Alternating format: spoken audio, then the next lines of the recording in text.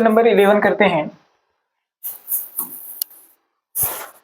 In the adjoining figure question number A, name two pairs of vertically opposite angle.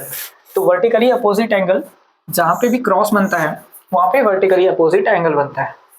ये इस angle का vertically opposite angle है और ये एंगल इसके वर्टिकली अपोजिट एंगल है। तो यहाँ पे दो पेयर बनाना है वर्टिकली अपोजिट एंगल का। तो यहाँ से देखेंगे तो ये है एंगल 1 और ये है एंगल 3। तो एक जो पेयर बनेगा वो एंगल 1 और एंगल 3 का बनेगा, ये वर्टिकली अपोजिट एंगल होगा। दूसरा बनाते हैं। तो दूसरा है यहाँ पे ये 2 और 4, तो इसका पेयर बना लेते हैं। एंगल 2 और एंगल 4, ये दो पेयर है जो वर्टिकली अपोजिट एंगल है। नेक्स्ट है बी नंबर। बी में पूछा गया है name two angle adjacent to angle 4। Angle 4 के एडजेसेंट को ढूंढना है। तो यहाँ है एंगल 4 और इसके बगल में है एंगल 1 और एंगल 3। तो एंगल 4 का एडजेसेंट एंगल होगा एंगल 1 एंड एंगल 3, ये होगा। नेक्स्ट है सी। तो सी नंबर में है names 4 pair of supplementary angle. 4 supplementary angle को ढूंढना है।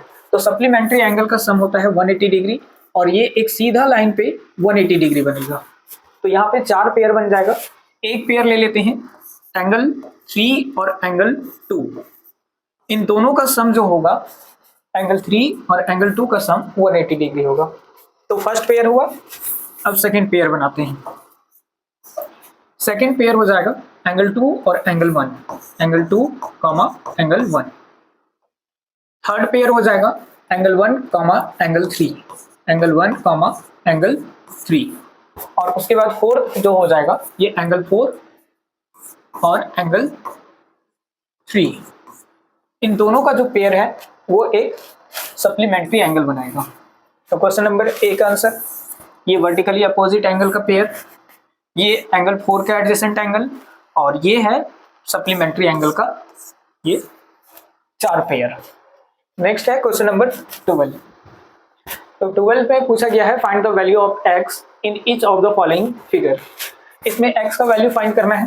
तो ध्यान से देखिए ये जो है एक स्ट्रेट लाइन है। स्ट्रेट लाइन पे जो एंगल बनता है वो 180 डिग्री का बनता है। इसका मतलब 135 को ऐड कर देंगे प्लस x डिग्री के साथ, तो ये 180 के इक्वल हो जाएगा। यहां से x का वैल्यू फाइंड कर लेते हैं। ये प्लस 135 इस साइड आएगा तो माइनस हो जाएगा 135। सॉल्व करेंगे तो 10 माइनस 5 5, 7 माइनस 3 4 और 1 माइनस 1 0। तो x का वैल्यू हो जाएगा 45 डिग्री। नेक्स्ट है b। तो b को देखेंगे तो ये जो लाइन है ये स्ट्रेट लाइन है और ये यहाँ पे स्ट्रेट एंगल बनेगा तो 180 डिग्री का बनेगा। इन दोनों का सम 180 के इक्वल होगा। तो ऐड करते हैं x प्लस 30 को और x को, तो ये 180 के इक्वल होगा। रीजन दे सकते हैं लीनियर पेयर का और यहाँ पे भी रीजन देंगे लीनियर पेयर का। अब ऐड करेंगे तो सेम वेरिएबल है x और x दोनों ऐड होगा तो x प्लस x हो जाएगा 2x plus 30 degree is equal to 180 degree. यहाँ से 2x का वैल्यू निकालेंगे तो 180 में से माइनस हो जाएगा 30 डिग्री। 180 में से 30 को माइनस करेंगे तो ये हो जाएगा 150 डिग्री। x का वैल्यू चाहिए 2 मल्टीप्लाई में है, इस साइड ले आते हैं तो डिवाइड में हो जाएगा। 2 का टेबल से ये 75 टाइम्स में कट जाएगा तो x का वैल्यू हो जाएगा 75 डिग्री। ये हो जाएगा क्वेश्चन नंबर बी का answer. Question number c. Question number c है यहाँ पे भी एक स्ट्रेट लाइन है। तो इस स्ट्रेट लाइन पे जो टोटल इन दोनों का सम होगा वो 180 डिग्री होगा। तो ऐड करते हैं यहाँ पे x प्लस 10 डिग्री को ऐड कर देंगे 2x प्लस 20 डिग्री से और इनका जो सम होगा वो एक सप्लीमेंट्री होगा। दोनों को ऐड करेंगे तो 180 होगा।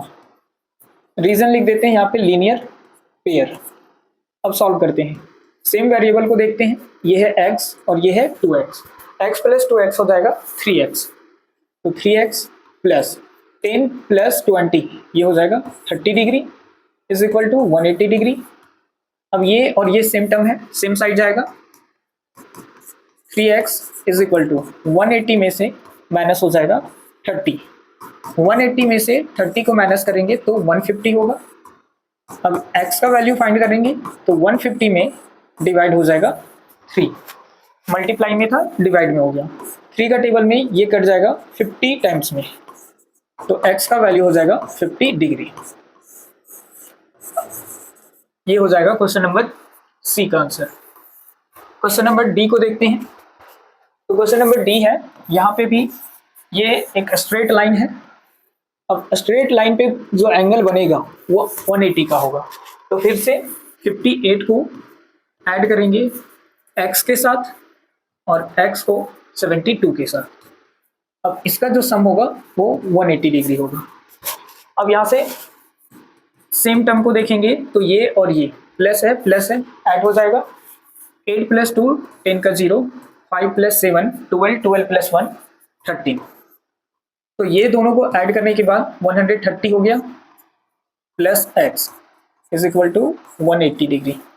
x का वैल्यू चाहिए तो 180 में से माइनस हो जाएगा 130, सॉल्व करेंगे तो ये बचेगा 0 माइनस 0, 8 माइनस 3 5, 1 माइनस 1 0, तो ये हो जाएगा 50 डिग्री, x का वैल्यू हो जाएगा 50 डिग्री।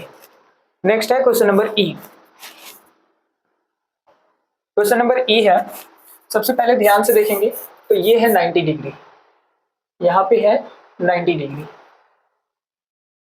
और ये जो पूरा कंप्लीट एंगल अगर हम लेते हैं यहाँ से, तो कंप्लीट एंगल का जो सम होता है वो होता है 360 डिग्री। तो सभी को ऐड करेंगे और 360 डिग्री के इक्वल करेंगे।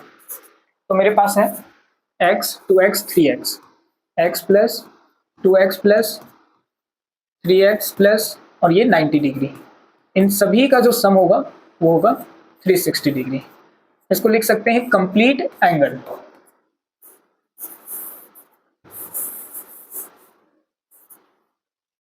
अब सेम टर्म है यहाँ पे, इसके साथ सेम वेरिएबल है, ऐड हो जाएगा 3x plus 2x 5x plus 1x, 1 छिपा है तो ये हो जाएगा 6x plus 90 is equal to 360 degree. अब क्या करेंगे, ये जो 90 है प्लस में उस साइड ले आएंगे तो ये हो जाएगा माइनस में,